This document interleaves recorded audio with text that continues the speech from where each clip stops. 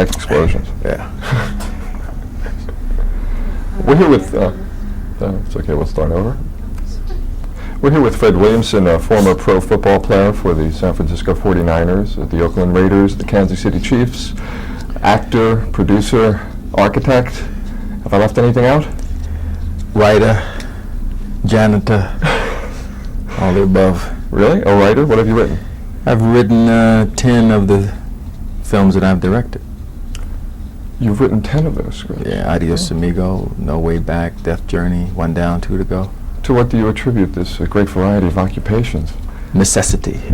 Necessity. If nobody hires you to do them, then you have to do them yourself. That's why, purely necessity. You were one of the first professional athletes to make the transition to show business. Not really, not really. One of the first. Jim Brown was probably the first and successful when he made his transition. Unfortunately, it just didn't last long, but I was right after Jim. How did you make that transition? I don't know what you mean. How? Did you, were you just approached to do a film, or did you train, or No, did you not go to really. Hollywood and knock on doors? I had decided that football was not a career that I wanted to do for a whole number of years, and so I opened up my own architectural firm in Montreal and in San Francisco. But I found that transition very difficult. So one night I was watching television, and I was watching Julia's show, and I said, hey, I can do that. So I went to Hollywood and became Diane Keel's boyfriend on a Julia show. In 1 week it took me to do that. Has everything been that easy for you?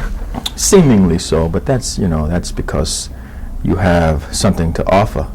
If you have something to offer, then obviously your job becomes a lot more easier. You made a number of what were called, rather, whether appropriately or not, black exploitation films in the early 70s. Somebody called them that, yeah. What would you call them?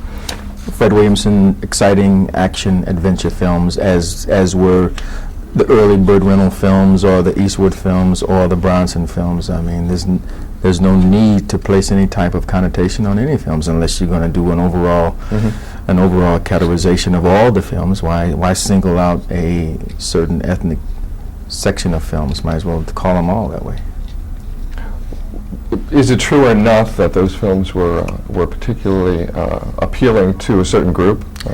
Well, that's obvious because of the fact that you had never seen blacks playing heroes or macho people or cowboys or westerns, you know, and winning the fights. I mean, that was probably the most exciting thing that the blacks saw in that area, was that everything that we got into, all the fights, and we won. I was the fastest draw. I mean, I outdrew everybody, so that was exciting to them.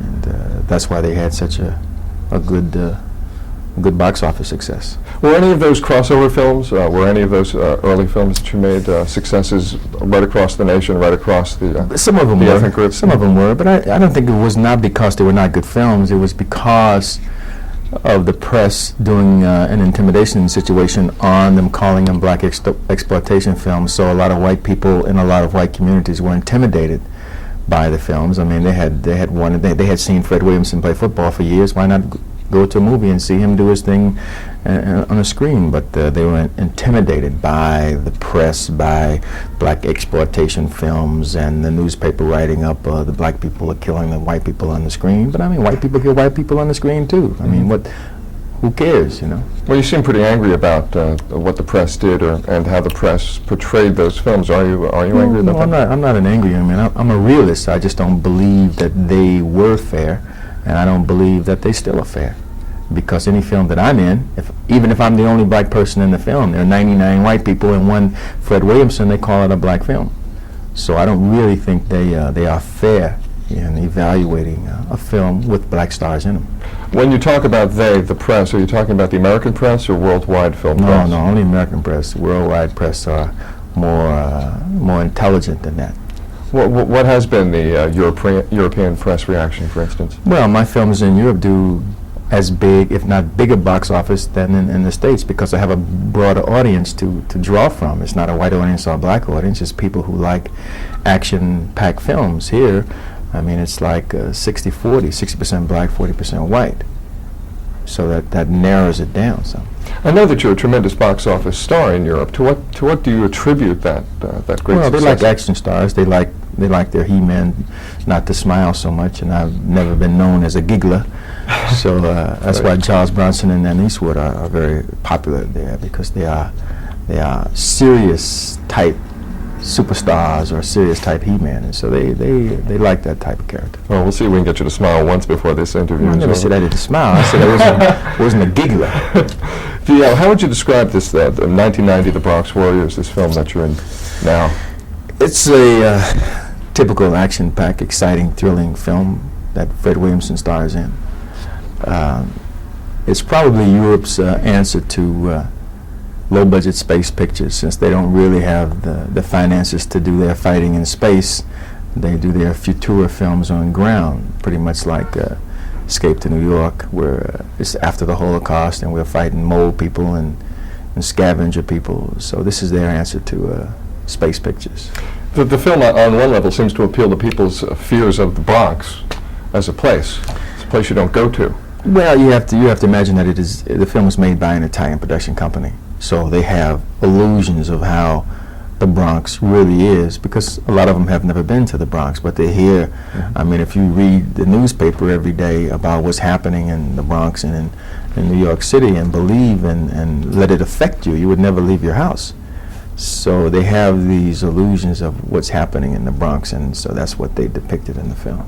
How did you get involved in this particular project? Were you approached by the Italian producers? Well, I do 3 and 4 films a year in Rome and in Italy. So this has just happened to be some people that I knew that were doing a film, and they wanted it to be a successful film, so they asked me to star in it. Many of your films, especially in this film, you display martial arts prowess. I just saw That Man Bolt Saturday night. It was on television in the New York area. Do you have training in that? Yeah, I have a 6-degree black belt.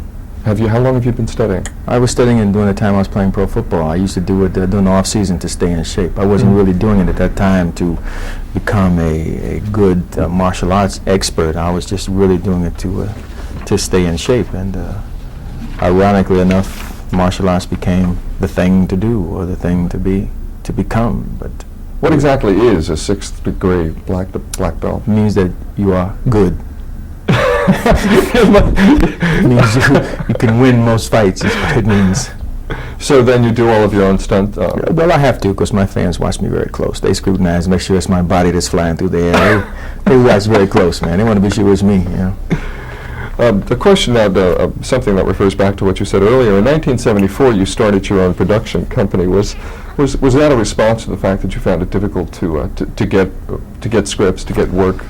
Well, no, I was getting work, but it just wasn't the kind of work that I envisioned myself in doing. I wanted to go off into the action genre, like an Eastwood or Bronson type films, and they just weren't making those kind of films. So what I decided to do was just remove myself from the system, from the Hollywood system totally, and just produce my own films and work only for Fred Williamson until I reached a certain value and a certain height doing my own kind of films, that when I went back, if I ever decided to go back to the majors, that I went back on my own terms and not on their terms. You say you directed 10 of those? 12 of those films. Do you think that as a result of the experience you got directing 12 of your own films, you might one day be given a mainstream Hollywood film to direct? Someone might. I don't know if Fred Williamson might, because I'm too brash. I think that I'm too outspoken. I'm too controversial. I think that they fear a powerful Fred Williamson. I think they would fear Fred Williamson type in Hollywood if they gave him that kind of power to be able to call his own shots, because they would have fear of one day working for me, and then you automatically get a fear of reciprocity, that I might reciprocate for the things that they've done to me. So I mean, I think that's a basic fear that most whites have about blacks coming into power. What have you done to them? Why do you have a bad reputation, if indeed you do? Well, I don't think I have a bad reputation. It's just that I know too much about the business. I'm outspoken. I'm controversial. I really haven't done anything to them. I mean, I'm easy to work with, but I know a lot about the business, and I know a lot about A to Z of the business, from making the film to distributing the film to selling the film foreign. I created my own foreign sales arm because of the fact that they were prostituting my films in the European market for nothing. Every film that I made for AIP, they blanketly sold it to the European market at $3,000 a film. $3,000 to Spain, $4,000 to Italy, $2,000 to Greece. And I know better than this. I mean, I know that I know a lot of foreign friends who like my movies, and so I just could not perceive the fact that they were doing this and getting away with it. So I started going to Cannes Film Festival, and I When was that? 1975. Mhm. So I changed a $3,000 sale to France to a $185,000 sale, with them asking me not to go back and tell the majors what they had given me for them. So I changed the whole foreign market around for a film starring a black or a film with a black in it, because the distributors over there had convinced them that blacks in films don't make money in Europe, but they were doing it only so that they could buy the film cheap and consequently net more money on the films when they picked them up from AIP, because at that time AIP was the #1 black filmmaker in the business. Is that the kind of activity that may perhaps have gotten you into some hot water with Hollywood, the Hollywood Film Studios? Well, I don't think I'm in hot water. I mean, they would like for me to do films for them, but I don't think they would like for me to portray the kind of character. I mean, they're afraid of the strength, the kind of characters that I play. They would like to see me do a comedy. I'm sure they would ask me to play opposite another white star. I mean, they would ask me to do that, but like they called me 2 weeks ago to play a guest star role on T.J. Hooker, and I said, "There's no way I could be opposite Dr. Spock." That's Captain Kirk. Captain Kirk, and let Captain Kirk beat me across the head with his club and handcuff me and take me away, because that's all I'm going to get a chance to play as a bad guy. I said, you know. Are you sure of that? I mean, are you positive that that's the kind of part they would have offered you? Yeah, because Jim Brown took it, and he played a pimp.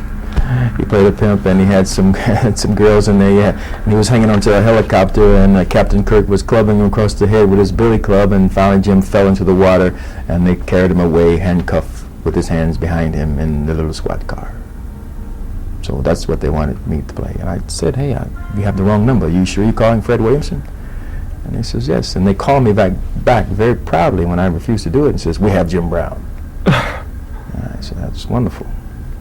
How do you perceive the success or lack of success of black actors in Hollywood today? Well, I don't really think they have any control over it. It's not up to them. I mean, it's just Hollywood feels they don't need blacks in motion pictures. Why? What for? They can make films for $10 million and $20 million. They don't need a black star. They don't need a Mexican star. They have their own star. They create their own star system. They pull somebody from television, and they pull somebody from the street. They make him a television success. Then they push him off into a motion picture. They create their own. We'll just wait a second for that to stop ringing, and then we'll pick up. Want to get to a tight shot? We'll pick it up. Do you want to wait until the... Hold it. we can edit all of this out. There's no problem. Hold it. Yes. Is it Al Schwartz? I want to talk to him. Yes. Okay, so let's Yes. go. That way, when you talk about the production company, we can insert a clip from the film. Okay, you're on a tight shot, Phil? I was before.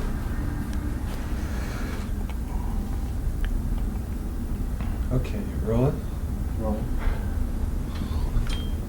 We're not rolling. Yes, we are. Something's going around in there. Okay. Okay, we were talking about the parts that are available to black actors in Hollywood. But I don't think they really have control over that. You know, I think that Hollywood just don't feel that they need blacks in the industry. They just don't feel that they are a necessity to their film to make money. They can make any film they want for $10 million, $8 million without a black in it. So it's just a matter that they just don't feel they need blacks. Do you feel that when you see Billy D. Williams in a Star Wars 2 that it's a token part? Well, it's a part that could be played by anybody.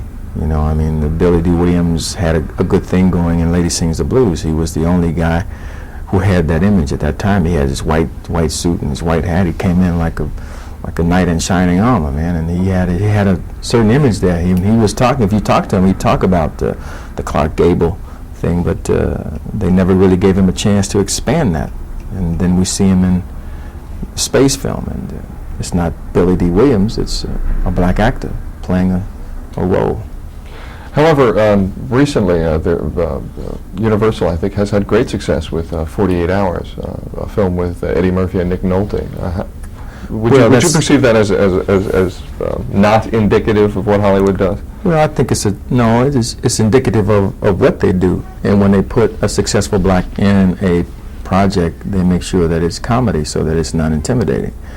it can be played across the board in America because it's not intimidating to whites who are not quite used to seeing us win the fights yet, and which I will always do in my films. But that's why they like Richard Pryor, and that's why Eddie Murphy will be a success, because he's a non-intimidating human being. Well, all of you guys are former football players. I mean, you're pretty intimidating. But that's life. You gotta live with it. You can't avoid it. What about the Cotton Club? That's going to be a major film production. Yeah, but I don't know. Very large budget. I mean, what black names are associated with the Cotton Club so far? So far, none that I know of. That's right. So what is that? I don't know. Are there?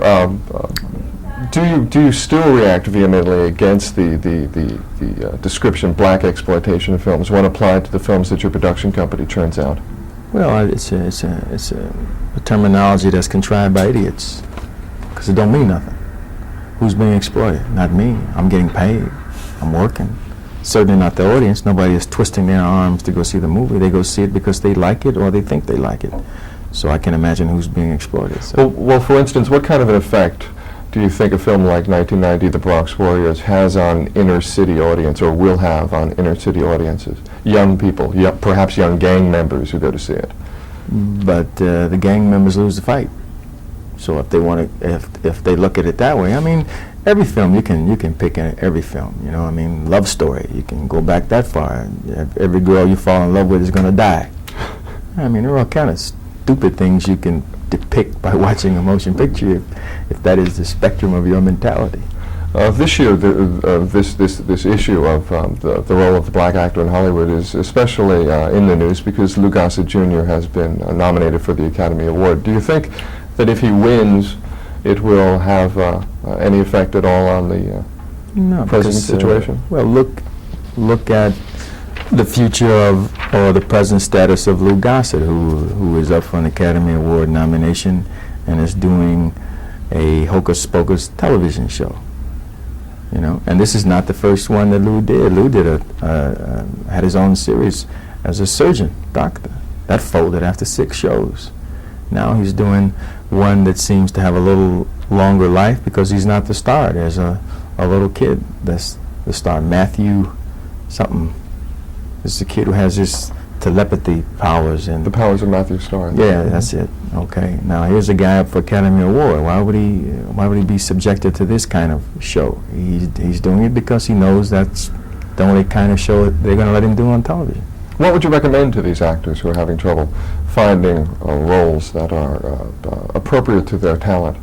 Well, if I had that answer, I'd write a book. I'd sell it and become very rich. Well, apparently you have done something to make yourself very rich and to make yourself very successful. But that's on an individual basis. Mm-hmm. See, that's something that I know how to do, and because I have elected to involve myself in the business on a total side of production, of writing, of directing,